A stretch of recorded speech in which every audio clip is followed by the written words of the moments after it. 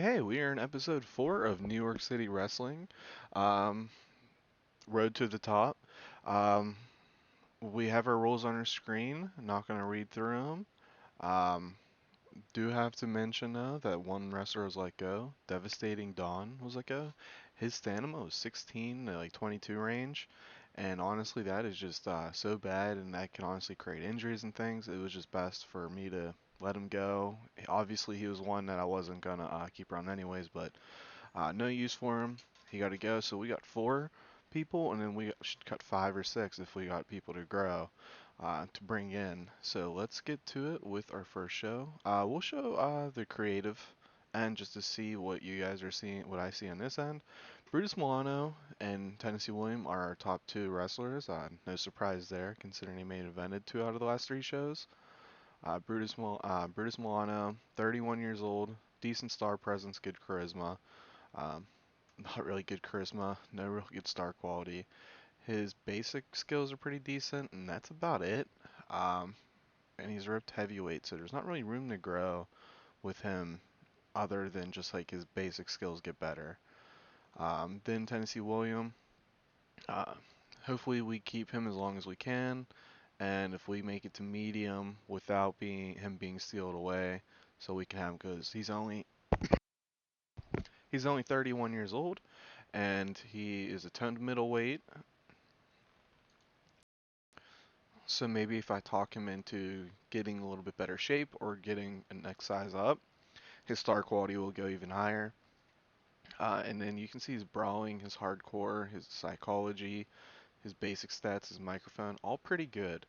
So there are top two wrestlers. The next big things is Vito Pirelli, Luca Sacramone. Now, even though they are next big things, and one has a torn Achilles, and Luca and Vito has a broken neck, um, I don't really know if there's much there that's worth investing the time in.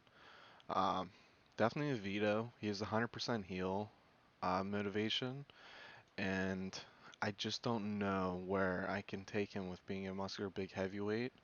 Luca, I don't even know if there's anything worthwhile because the star quality so poor, his microphone ability so poor. Where can I really go with him from here? Um, and yeah, so those two, honestly, even though they are on next big thing screen, might not make it. Then of course we have Supermassive Destroyer. Um, his skills are not the best. The menace and charisma will be his carry point, his star power or star quality as well. But hopefully we can find something to keep him going because I think there's potential long term with him. Uh, Hawkeye Calhoun, we recently convinced to go to light heavyweight from middleweight, which took his star quality from 68 to 75. And I'm curious to see how that impacts his performances further. And pretty decent charisma. The gimmick and the picture kind of meh to me, but better as a babyface, amazing babyface, hot new move, positive outlook, people person. He is a contender to lose the gimmick and then be pushed not to the moon, but pushed higher up on the card and be more of a just a guy who loses to main eventers. Then lastly, Richie Riggins.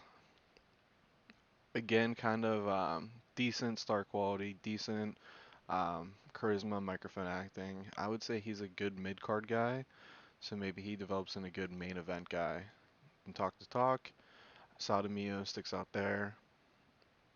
It's good brawling, good psychology, good charisma, and microphone acting. Pretty decent across the board here. His selling isn't as good as we like. And he recently, I talked him into being out of a flabby light heavyweight to just light heavyweight, which took his star quality up to 68 from 66, and his stamina, or was his athleticism, to 58 over 54 slash 53. So his athleticism went up, and he has a big match tonight. The rest we'll just go over eventually with time, but those guys have felt like pointing out because we're already on the screen. But let's get to our show, and let's see what you guys think with the King of New York event. So we have the LA Stars defeating Race No New York Doll. Just again, another match to get the LA Stars experience. First two guys pretty decent in the ring. The LA Stars are going to be the exception to the rule, to the middleweight rule. as both are lightweight right now, and I do plan on talking them into middleweight, but they're physically maturing, so they're not willing. But they're like the exception to the rule. I think out of a roster of 18, having a tag team of like smaller guys makes it more interesting. But the Ray Snow, who is a lightweight, um, and I think there's one or two more that are lightweight on the chopping block. Following that, we have Tennessee William defeating Jeff Bourne. Just another win to get Tennessee William a win before the King of New York Battle Royal tonight, which gives him an opportunity to go over that. He's going to win the King of Battle Royal. So with the babyface versus heel side, hopefully, and I have Hawkeye Calhoun and Freedom Eagle effectively facing Sadamio, while I have Brutus Milano now joining that fight. Um, Hopefully we can balance out the face versus heel side to get Tennessee William a challenging foe that's interesting and can stick up with them. Following that, we have Brooklyn's finalist versus Machine Gun Marina and Supermassive Destroyer. Brooklyn's finalist goes ahead and gets the win when Freedom Eagle pins Machine Gun Marino. Now you can see here Supermassive Destroyer, Machine Gun Marino, not the best of rating, but they rolled Machine Gun Marino and Supermassive Destroyer. Excellent chemistry together. Um, that's like finding a $5 bill in your pocket for a pair of shorts you're about to throw out. Because honestly, both, even now maybe with roster limitations, I don't know if it's going to be worth keeping them around, even though they're both 20, 21, for 5 years now to see how good they are. So I think this might save their job, but I'm not 100% sure. But we get a big win for Brooklyn's finalists and Hawkeye Calhoun and Freedom Eagle, and you'll see why in a little bit. Following that, Supermassive Destroyer beats down Machine Gun Marino like he did Vito Pirelli and Machine Gun last week. So we're kind of shown here that they can't get the job done. Supermassive Destroyer just beats up Machine Gun, and he's the enforcer for the DiMeo family. Following that, we had Matt Stranger defeating Denny King once again by submission, and this really put on a good match for a rating of 41. Um, Nothing new here. Just get Machine Gun or on Machine Gun. Mass Stranger, good win and a good contender to continue his push up the card and go from there. Then we had Sodomia and Brutus Milano, where Brutus Milano confronts Sodomia. Brutus Milano is like a proud Italian gimmick, where Sodomia is like the stereotypical Italian gimmick. So I think it's playing up that, where Brutus Milano is disgusted by Sodomio's presence and vice versa. Then, following our spiel last month, where Richie Riggins helped the boys from Yukon defeat Ryle McManus and which one is this? Chuck Casey. Um, we had Richie Riggins and boys from Yukon defeating the Casey brothers, where Richie Riggins defeated Riley McManus via the body bag once again. So he has two pins on Riley McManus, which, as I said, the lowest three momentum people on the roster after 6 months, so in June, December every year, will be getting cut. Following that, right away, we have our King of New York Battle Royal, where Riley McManus finally gets a W in the win column, and the other Final Four, Andrew Harper, Tennessee William, and LA Star number 2, as like the underdog. Andrew Harper being the final elimination, got the most eliminations over the match. Riley McManus wins the King of New York. So he finally gets a big win, and maybe this will help start his trend back towards the main event, back towards the top of the car. He actually sustained a bruised eye socket, so hopefully that's not a long-term injury. I don't think so, but we'll have to see what happens with that after. So Freedom Eagle got some backstage. Okay, ooh. So we'll have to see here if that creates anything, if tension counts as negative or not. So we'll have to see. And then finally, we have Sadomio defeating Brutus Milano to win that New York City Wrestling Empire title. They rolled Bad Chem, so maybe that stops any further, rematches and stuff, because the rating isn't really where I want it to be.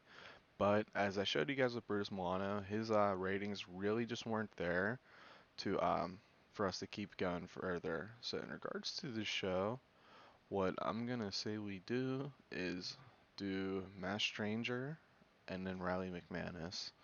Um, Riley McManus won just to hopefully keep him happy with being hurt, and then Matt Stranger for putting on best match in the card with Denny King. So let's see what happens with that injury.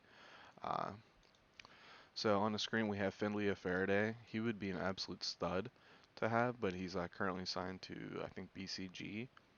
So we'll keep that in mind. Maybe he's one of those guys who, if they get unemployed and I check the workers leaving, that we can bring back to the U.S. So we have to see here with the medical of Riley McManus, bruised eye socket, and I'm being worked through 16 days. Our next show's not 27 days.